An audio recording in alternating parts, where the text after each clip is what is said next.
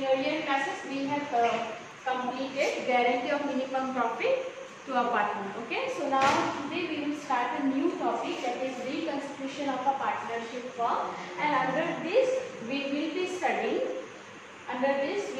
studying changing existing profit sharing ratio. Okay, so first let us understand what is this reconstitution of a partnership firm. So any change in, as you know that partnership means there should be an agreement between the partners. Okay, so any change in partnership agreement brings to an end the existing agreement. Okay, so partnership means there is an agreement between the partners. So whenever any change takes place in the agreement, brings an end to the existing agreement. Okay, so any change in the agreement, if we do any change in the agreement, then the existing agreement comes to an end. Okay, and a new agreement comes into force. Then the new agreement comes into force. That change in agreement changes the relationship among the partners. Okay, so the new agreement comes into force, and that change in agreement changes the relationship among the partners. When the new agreement changes the relationship among the partners, then a new partnership comes into force, and that is known as reconstitution of a partnership firms.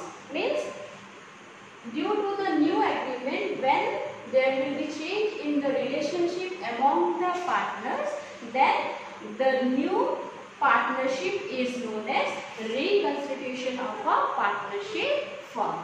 Okay, so now we will see the reconstitution of partnership firm, in what form it takes place. So the reconstitution of partnership firm takes place in the following forms. The first one is change in the profit and loss sharing ratio. Okay, so in partnership there is always an agreement of sharing the profits and losses.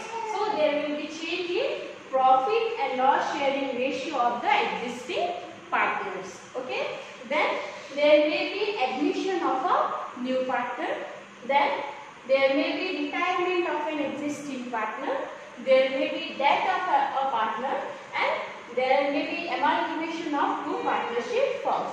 Let us see for this first one, change in profit sharing or profit and loss sharing ratio among the existing partners. Here what may happen? For example, we can see that there are three partners, A, B and C.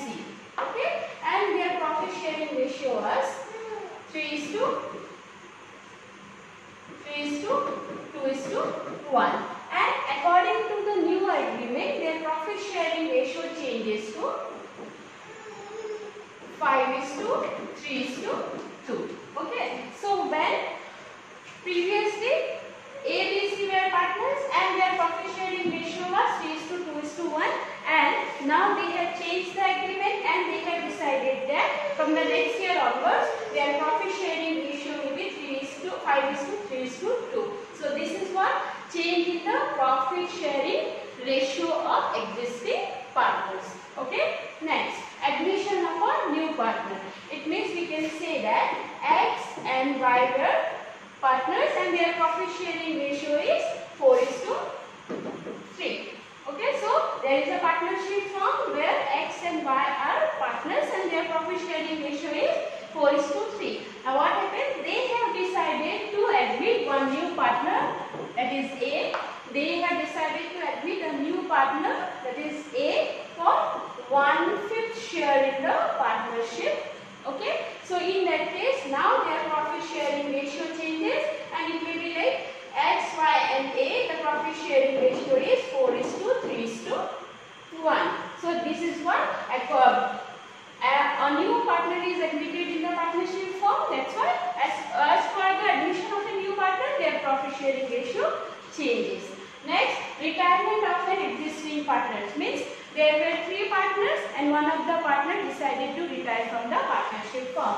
Like for example, we can see A, B, C, they are partners and their profit sharing ratio was 5:3:2. Now one of the partner B retires from the partnership firm, and now their profit sharing ratio between A and C is 5:2. So that's why, because of retirement of an existing partner also, there may be reconstitution of a partnership firm and that of a partner. Okay, so like for example, R, M and N. There were 3 partners and M dies. Okay, and when M dies, because of, as M dies, there will be change in the profit sharing ratio of R and N. So this is again, there will be reconstitution of partnership firm for the death of a partner. And last one is your amalgamation of two partnership firms. Means, for example, we can see there is a firm where X and Y are partners and their profit sharing ratio is 3:2, and there is another firm where A and B are partners and their profit sharing ratio is 2:1. Now what they have decided? They have decided to amalgamate, means they have decided to merge their partnership firm, and in new partnership firm there are 4 partners X, Y, A and B, and their profit sharing ratio is 5:4:3:2. So because of amalgamation of partnership firm also there is change in profit sharing ratio, and there is, because of that, there is reconstitution of a partnership firm. Okay, so reconstitution of partnership firm may take place in following forms. First one is change in profit and loss sharing ratio among the existing partners, then admission of a new partner, then retirement of an existing partner, then death of a partner, and amalgamation of 2 partnership firms. Okay, so this is what different forms. Now we will see in this chapter we have to go through the reconstitution of a partnership firm according to the first form, that is change in the profit sharing ratio among the existing partners. So whenever there is change in profit sharing ratio among the existing partners, then what are the adjustment we have to make in profit sharing ratio? The first one is what? Calculation of sacrificing ratio and gaining ratio. So first, when there will be reconstitution of partnership firm and there is change in profit sharing ratio of existing partners, then we have to calculate sacrificing ratio and gaining ratio. Then second thing, we have to value the goodwill, means we have to value the goodwill of the partnership firm. Then there will be revaluation of assets and liabilities. Then there will be treatment of reserves and accumulated profits, and then we have to make adjustment in capitals of the partners. Okay, so these are the adjustments required whenever there will be change in profit sharing ratio among the existing partners. First, we have to calculate sacrificing ratio and gaining ratio. Then we have to value the goodwill. Then we have to revalue the assets and liabilities. Then there will be treatment of reserves and accumulated profits, and there will be adjustment of capitals. Okay, so now we will see how first step is how to calculate sacrificing and gaining ratio. So sacrificing ratio.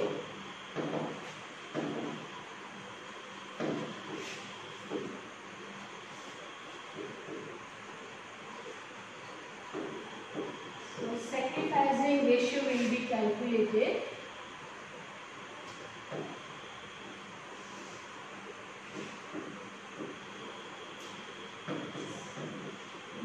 whole ratio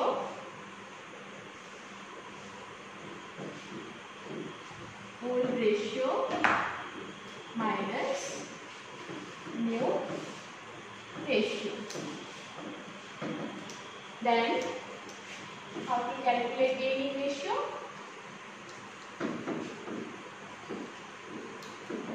Gaining ratio equal to new ratio